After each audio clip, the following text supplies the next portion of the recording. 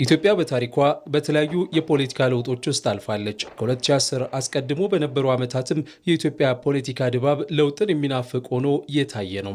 ሰፍኖ የቆየው የፍትህ መጓደል፣ የመልካም አስተዳደር እጦት ኢትዮጵያን ለውጥን እንዲናፍቁ አድርጓቸዋል። በሀገሪቱ የተንሰራፋው የፖለቲካ ባህልም የሀሳብ ልዩነትን ለማስተናገድ የሚተናነቀው ልዩ ሆኖ የሚቀርብንም በጠላትነት የሚፈርጅ ነው። የለውጡ የመጀመሪያው ፍሬም የፖለቲካ ምህዳሩን ማስፋት ሆኖ ብቅ ብሏል። በፖለቲካ ሀሳብ ልዩነታቸው ብቻ በሀገሪቱ የተለያዩ አካባቢዎች ታስረው የቆዩ የፖለቲካ እስረኞችም ተፈተዋል። በኢትዮጵያ ምድር የነበረው የፖለቲካ ምህዳር ገፊ በመሆኑ ምክንያት ተሰደው የነበሩ የተለያዩ ፖለቲከኞችም ዳግም ወደ ሀገራቸው እንዲገቡም በር ከፍቷል። ፈጣሪ ኢትዮጵያንና ሕዝቦቿን አብዝቶ ይባርክ። ከ2010 አስቀድሞ በነበረው የፖለቲካ ባህል መንግስትና ተፎካካሪ ፓርቲዎች ተቀራርበው የመስራት ባህል አልነበራቸውም።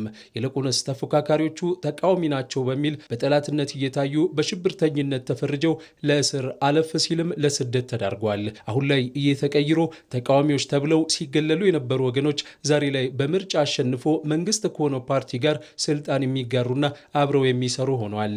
ይህ ሽግግር በኢትዮጵያ ምድር በጠመንጃ አፈሙዝ ፋንታ በሀሳብ የበላይነት የማመን ጅማሮ ነው። ጎራ የለየ ፖለቲካ የሀሳብ ልዩነት እንደ ጠላት የመቁጠር ተቃርኖን በሀሳብ መፋለምን ጠላት አድርጎ የሚያይ ፖለቲካ ሀሳቤ አያድግም፣ ይቀጭጫል፣ አይልቅም። ያን የሚቀይር ከዚያ ከተንሸዋረረ እይታ ያን የተንሸዋረረ የማያመነጽር የቀየረ እሳቤ ነው ብልጽግና ይዞ የመጣው። ለምን? ዋናና አጋር ስላልጠቀመን፣ ወዳጅና ጠላት ስላልፈየደን፣ አድሃሪና ተራማጅ ስላሻገረን፣ በዚያ መንገድ መጓዝ ጠቃሚ አይደለም ብሎ ብልጽግና በጽኑ ያምናል። በኢትዮጵያ ምድር የሰሜኑም የደቡቡም የምስራቁም የምዕራቡም ዜጋ እኩል የሚወስኑበት እድል አልነበረም። ለሶስት አስርት ዓመታት ገደማ ሀገሪቱን ሲመራ የነበረው ፓርቲም አጋር ድርጅቶች በሚል ሰበብ ዜጎች በሀገራቸው ጉዳይ እኩል ድምፅ እንዳይኖራቸው አድርጓል። ዛሬ ግን የአሰራር በታሪክ መዝገብ ተዘግቷል።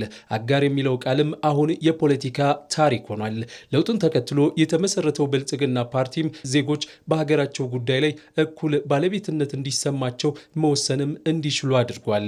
በራስ አስተዳደር ውስጥ ጣልቃ ገብነቶች ቀንሰው ሞግዚት አስተዳደር የማስቀመጥ ሁኔታ ቀርቶ ክልሎች እውነተኛ በሆነ አኳኋን ራሳቸውን በራሳቸው የሚያስተዳድሩበት ሁኔታ እንዲኖር ነው የተደረገው።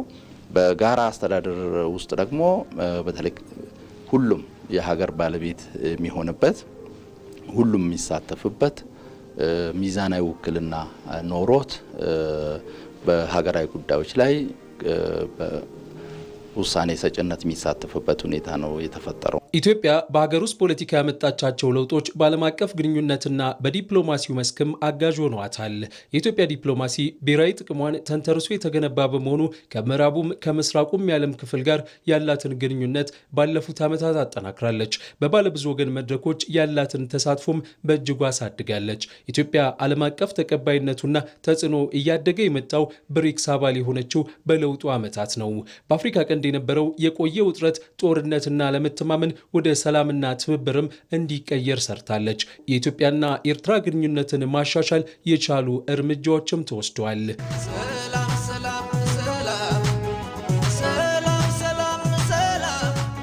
ለሁለት አስርት ዓመታት ጦርነትም ሰላምም የሌለበት ሁኔታ ውስጥ የነበረውን የኢትዮጵያና የኤርትራን ግንኙነት ወደ ሰላም መመለስ የለውጡ ትልቁ የዲፕሎማሲ ስኬት ነው።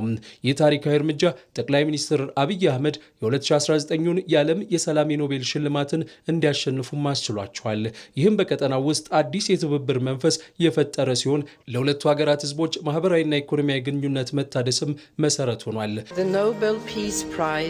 For 2019 to Ethiopian Prime Minister Abiy Ahmed. በእርግጥ አሁን ላይ የኤርትራ መንግስት እየተከተለ ባለው ኢትዮጵያን የማተራመስ አጀንዳ የተነሳ የግንኙነት መቀዛቀዝ ታይቶበታል። የኤርትራ መንግስት ከቆሞ ቀሩ የህወሓት ቡድን ጋር ጽምዶ በመፍጠርና ለተለያዩ ታጣቂዎች ድጋፍን በማድረግ ኢትዮጵያ ውስጥ ግጭትን ለመፍጠር እየሰራ ነው።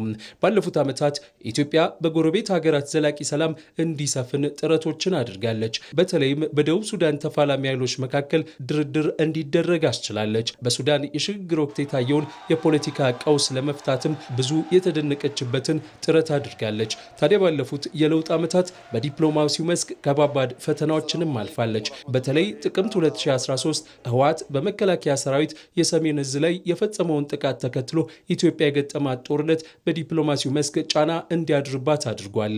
አሜሪካን የመሳሰሉ ሀገራትም በኢትዮጵያ ላይ ከፍተኛ ጫናን አሳድረዋል።